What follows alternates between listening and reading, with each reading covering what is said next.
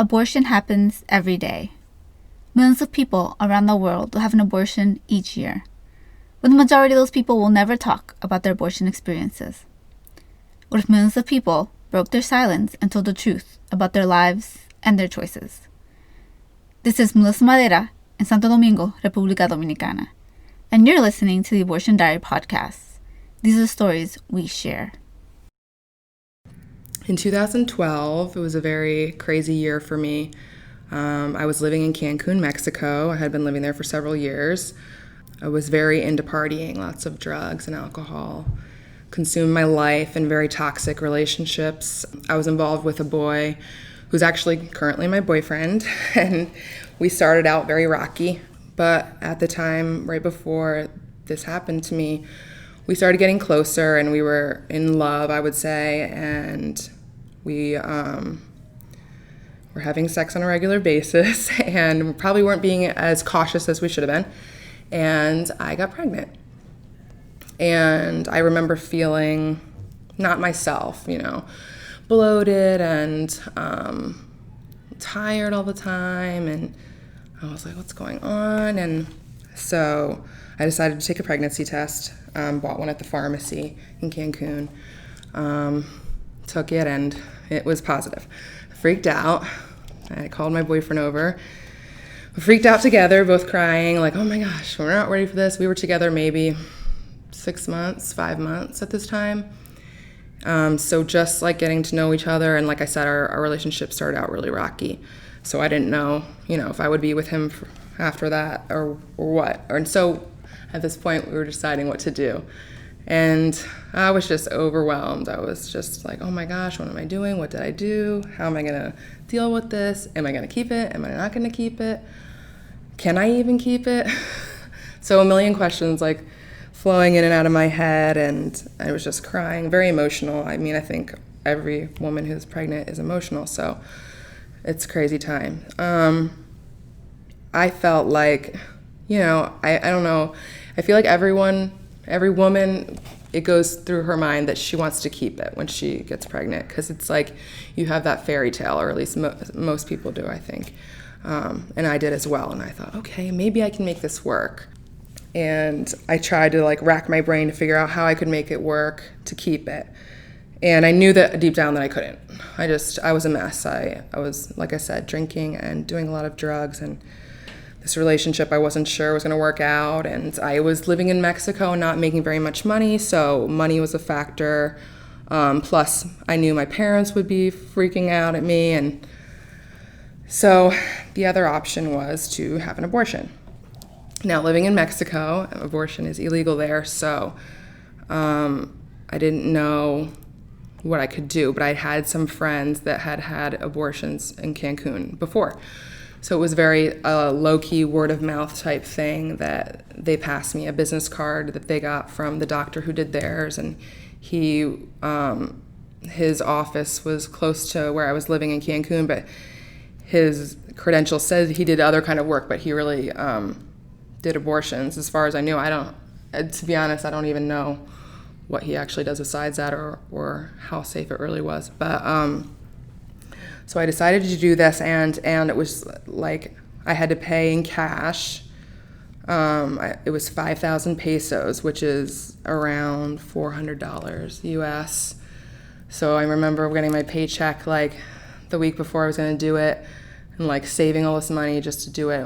That's like a whole month's rent for me living there. And I was very scared, and the whole time questioning. I never told my parents or my sister. Luckily, my boyfriend was very supportive, and he was like, "I'll do whatever you want to do, whatever you decide, and I'm with you," which was great. And so before I decided to get the abortion, I went to see a gynecologist, a woman gynecologist, just to make sure that the test was positive, like it said it was, and that I was actually pregnant. And it's funny because I never went through this in the United States, but I know that it's very different, because when I went to the gynecologist, she automatically does an ultrasound right away, and you get the picture, and that's very traumatizing. And she says, "Congratulations." There's no are you going to keep it or not? So that was another traumatizing part of it, where I was crying after that. And she gives you vitamins, vitamin B, to take right away because they assume you're going to have it and keep it, or give it up for adoption, I guess, because abortion's illegal there. So walking out of that appointment was emotional and crazy. So anyway, after that, I decided to still go through with it, and we contacted this doctor, and we made an appointment. I think it was like for 2 weeks after I decided, and it was, I'm not gonna lie, it was a little shady. The place was not the best looking place. The guy was a little old and, didn't make me feel 100% comfortable, but I also felt like I couldn't, there was no other option. I had to do it because he was the only one that I knew about, the only person that people told me that they had done it to and went through with it, and it was fine, and they survived, and they're okay. And I knew I couldn't have a baby. So I went to, the first part of it was I took pills that he gave me. I think I was 6 weeks along, so very early. And then the next day I went and he did a clean out with a tool that I'm not even really sure what it was, but I went to sleep. Like, he put me under general anesthesia, so I still don't even really know what happened. I mean, my boyfriend went with me and he was sitting outside, and it didn't take more than 15 minutes, but they clean it out, I guess is like the term, so that it's all gone and there's nothing left behind. So I don't know, after that, it took months for my body to go back to normal, and my emotions were just crazy. And I waited a long time to tell anyone. I just told my mom like a couple months ago. And so it was a very hard decision for me to make, but now I stand by that decision. I mean, I knew it was the right decision. I still think it's the right decision. I knew it was then. I know it is now, especially because I was in such a bad place in my life. And it's funny because just about 6 or 8 months after that is when I got sober. And I think back, like, had that not have happened, maybe I wouldn't be sober. I would be with a child maybe, and I would have like a worse life and not be where I am today, successful with a great job, 2 years sober and clean, and in a loving, supportive relationship with my boyfriend, who stood by me this whole time through this. And since I stopped drinking and everything, our relationship has gotten so much better, and he's just been amazingly supportive, and it was great to have him with me through that time period and through everything. And I feel really lucky about that. And I feel lucky that we get to pick when we're going to have our kids one day, because we will, because we've been together 3 years now. And I can't wait for that. And I can't wait to have a time where I know that I'm emotionally and financially ready, and I can give the child the best life that they can have and that they deserve. So I knew that if I had kept it then, it would have just been a selfish decision for me, because I felt bad, and I would have felt like I had to keep it, but I didn't. So I think I made the right choice, because I was not in the right frame of mind to be caring for another human life.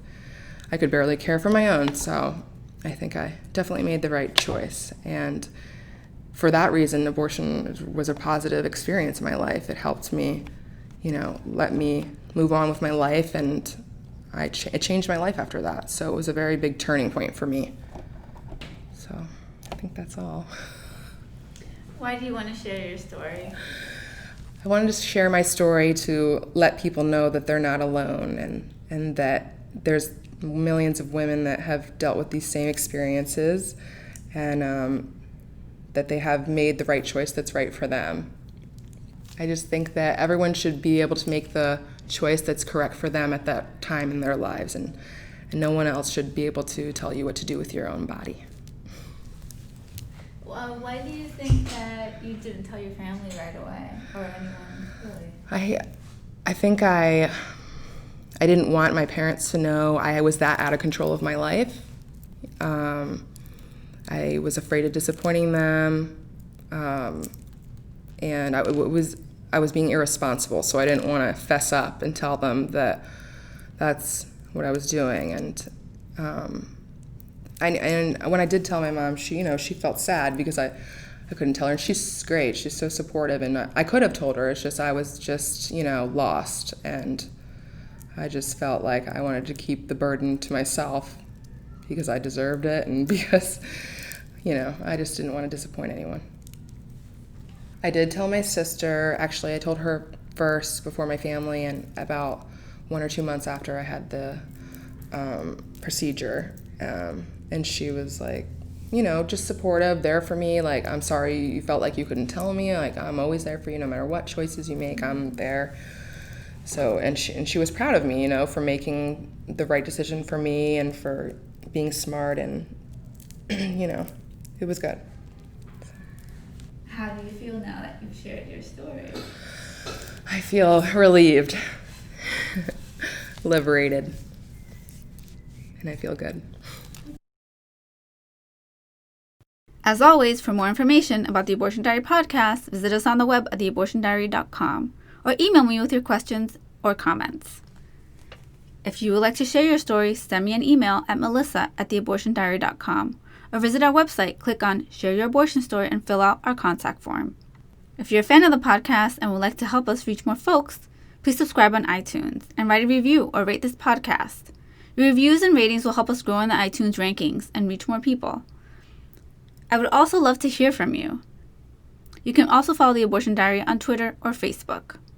And The Abortion Diary can't continue without your support. Support The Abortion Diary by making a tax-deductible donation to us on Fractured Atlas, or buying some of our wristbands or totes on Store Envy. And a special thanks to you for listening. I'll be back next week with a new story.